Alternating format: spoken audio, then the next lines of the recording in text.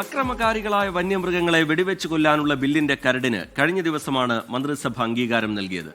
Bill ഈ സഭാ സമ്മേളനത്തിൽ തന്നെ അവതരിപ്പിക്കാനാണ് സർക്കാരിന്റെ നീക്കം. രാഷ്ട്രപതിയുടെ അനുമതിയടക്കം ആവശ്യമാണെങ്കിലും ബിൽ മലയോര ജനത പ്രതീക്ഷയോടുകൂടിയാണ് കാണുന്നത്. വന്യജീവി ആക്രമണങ്ങളിൽ ജീവൻ നഷ്ടപ്പെട്ടവരും പരിക്കേറ്റവരുമായ അനവധി പേരുണ്ട് നമ്മുടെ നാട്ടിൽ. അതുകൊണ്ട് തന്നെ ആവർത്തിച്ചുണ്ടാകുന്ന വന്യമൃഗശല്യത്തിന് തടയിടാൻ ബിൽ അനിവാര്യമാണ് എന്ന നിലപാടാണ് മലയോര ജനതയ്ക്ക്. അക്രമകാരികളായ വന്യമൃഗങ്ങളെ കൊല്ലാൻ ചീഫ് വൈൽഡ് ലൈഫ് വാർഡന് മുന്നിൽ കടമ്പകൾ ഇല്ല എന്നുള്ളതാണ് പുതിയ ബില്ലിലെ പ്രധാനപ്പെട്ട കാര്യം. ഈ ബില്ലിനെ ഏറെ പ്രതീക്ഷയോടെയാണ് വയനാടൻ ജനത നോക്കിക്കാണുന്നത്. കഴിഞ്ഞ 3 വർഷത്തിനിടെ വയനാട് ജില്ലയിൽ മാത്രം കാട്ടാന ആക്രമണത്തിൽ കൊല്ലപ്പെട്ടത് 13 പേർ. കടുവയടക്കമുള്ള മറ്റു വന്യജീവികളുടെ ആക്രമണത്തിൽ കൊല്ലപ്പെട്ടവരും ഉണ്ട്. പരിക്കേറ്റവരും അനവധി. ഇവിടെയാണ് വന്യജീവി സംരക്ഷണ നിയമത്തിലെ കേരള ഭേദഗതിക്കുള്ള പ്രസക്തി. അക്രമകാരികളായ വന്യജീവികളെ കൊല്ലാൻ നിർദ്ദേശം നൽകാനുള്ള അധികാരം പൂർണ്ണമായും ചീഫ് വൈൽഡ് ലൈഫ് വാർഡന് ലഭിക്കുന്നതാണ് ബില്ലിലെ സുപ്രധാന വ്യവസ്ഥ. എന്നാൽ സംസ്ഥാനത്തിന്റെയും കേന്ദ്രത്തിന്റെയും അധികാരപരിധിയിൽ ഒരുപോലെ വരുന്ന വിഷയമായതിനാൽ നിയമത്തിന് കേന്ദ്രാനുമതി ലഭിക്കുമോ എന്നാണ് ആശങ്ക.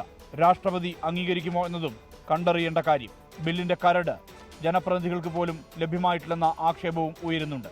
വൈൽഡ് ലൈഫ് പ്രൊട്ടക്ഷൻ എന്ന് പറയുന്നത് സ്റ്റേറ്റിൻ്റെ മാത്രം ഒരു പരിധിയിൽ നിൽക്കുന്ന കാര്യമല്ല എന്നുള്ളതാണ്.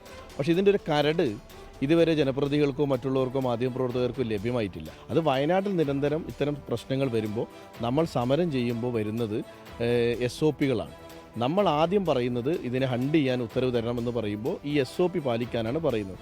എനിക്ക് സർക്കാരിനോട് ചോദിക്കാനുള്ളത്, കടുവ വയനാട്ടിൽ അല്ലെങ്കിൽ കേരളത്തിൽ വന്നാൽ നാഷണൽ ടൈഗർ കൺസർവേഷൻ ആക്ടിൻ്റെ NTCAയുടെ SOP സർക്കാർ പാലിക്കുമോ ഇല്ലയോ? മലയോര ജില്ലകളെ സാരമായി ബാധിക്കുന്നുണ്ട് വന്യജീവി പ്രശ്നം. ഈ പശ്ചാത്തലം തന്നെയാണ് പുതിയ ബില്ലിന്റെ പ്രസക്തി. തദ്ദേശ തെരഞ്ഞെടുപ്പ് ലക്ഷ്യമിട്ടുള്ള പദ്ധതിയാണിതെന്ന വിമർശനവും ഈ വിഷയത്തിൽ ഉയരുകയാണ്.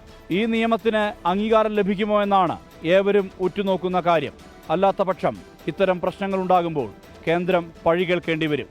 സംസ്ഥാന സർക്കാർ ലക്ഷ്യമിടുന്നത് ഇതാണെന്നും ആരോപണമുയരുന്നു. മനു ദാമോദരനൊപ്പം സുർജിത് അയ്യപ്പത്ത്, 24 വയനാട്. പൊതുജനം കഴുതയല്ല സാർ. തുടർച്ചയായുണ്ടാകുന്ന വന്യജീവി ആക്രമണങ്ങളിൽ പൊറുതിമുട്ടിയിരിക്കുകയാണ് ജനം. അതിനാൽ ഏറെ പ്രതീക്ഷയോടുകൂടിയാണ് പൊതുജനം ഈ ബില്ലിനെ കാണുന്നത്. ഒരുപാട് പ്രതിസന്ധികൾ അത് യാഥാർത്ഥ്യമാകുന്നതിന് മുമ്പിലുണ്ടെങ്കിലും, ഒരുപാട് കടമ്പകൾ മുമ്പിലുണ്ടെങ്കിലും അത് യാഥാർത്ഥ്യമാകുമെന്ന പ്രതീക്ഷ അവർ വെച്ചു പുലർത്തുന്നുണ്ട്. ജീവൻ നഷ്ടമാവുന്ന സാഹചര്യം, ജീവനോപാധിയായ കൃഷിയിടങ്ങൾ നഷ്ടമാവുന്ന സാഹചര്യം, അതിനിടയിൽ സർക്കാരിൻ്റെ ഈ നീക്കം പ്രധാനമാണ്. അതിനെ സ്വാഗതം ചെയ്യുന്നുണ്ട് മലയോര ജനത. കാണാം ചില പ്രതികരണങ്ങൾ കൂടി. ഈ വന്യമൃഗം എന്ന് പറയുന്നത് ഈ പുലി, കടുവ ഇത് മാത്രമല്ല, ഈ പന്നിയുണ്ട്, കുരങ്ങൻ്റെ ശല്യമുണ്ട്. ഇതൊക്കെ ഈ പ്രദേശത്ത് നിലവിൽ ഉള്ളതാണ്. കൊല്ലണം എന്നുള്ള നിയമം തന്നെയാണ് നമ്മളെ അഭിപ്രായം. വെടിവെച്ച് കൊല്ലണം തന്നെയാണ് എൻ്റെ അഭിപ്രായം. കാരണം കുട്ടികൾക്കൊന്നും ധൈര്യത്തിൽ നടന്നു പോകാൻ പറ്റില്ല. കാരണം ചെറിയ കുട്ടികളാണ് ഇതിലെ പുലർച്ചെ മദ്രസയ്ക്ക് നടന്നു പോകുന്നത്. അപ്പോൾ പഴയ പോലെ ധൈര്യത്തിൽ നടന്നു പോകാൻ പറ്റില്ല. ഏത് സമയത്താണ് അവർ കടന്ന് ആക്രമിക്കുന്നതെന്ന് നമുക്കൊരു പിടിയില്ല. ഇപ്പോൾ നിയമം വന്നിട്ടുണ്ടല്ലോ. നിയമം ഇപ്പോൾ പിന്നെ കടുവയായാലും പന്നിയായാലും വെടിവെച്ച് കൊല്ലാമെന്നുള്ളൊരു ഓർഡിനൻസ് വന്നിട്ടുണ്ട്. ഇപ്പോൾ പൊതുവായിട്ട് ഇവിടെ ഒരു വർഷക്കാലമായിട്ട് ഒരു 5-6 കൊല്ലം ഉണ്ടാവും അല്ലേ. പുലിശല്യം രൂക്ഷമായിട്ട് വരികയാണ്. പിന്നെ അവിടെ ഇവിടെയൊക്കെ ഇങ്ങനെ കാണുന്നുണ്ട് എന്ന് പറഞ്ഞത്. പിന്നെ കഴിഞ്ഞ ഒരു 5-8 മാസം മുന്നെയാണ് നമ്മളൊരു പശുവിനെ പിടിച്ചത്. ആക്രമിക്കുന്ന വന്യമൃഗങ്ങളെ വെടിവെച്ച് കൊല്ലണം എന്നുള്ള അഭിപ്രായം തന്നെ. ജീവിക്കാൻ പറ്റാത്ത അവസ്ഥയാണ് ഇവിടെ.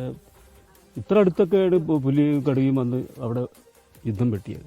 ലോകത്തെവിടെയായാലും ഏത് സമയത്തും 24 വാർത്തകളും ഓഗ്മെന്റഡ് റിയാലിറ്റി പാക്കേജുകളും എക്സ്പ്ലെയിനറുകളും വിശദമായി കാണാൻ ഞങ്ങളുടെ YouTube ചാനൽ നിങ്ങൾക്ക് സബ്സ്ക്രൈബ് ചെയ്യാം.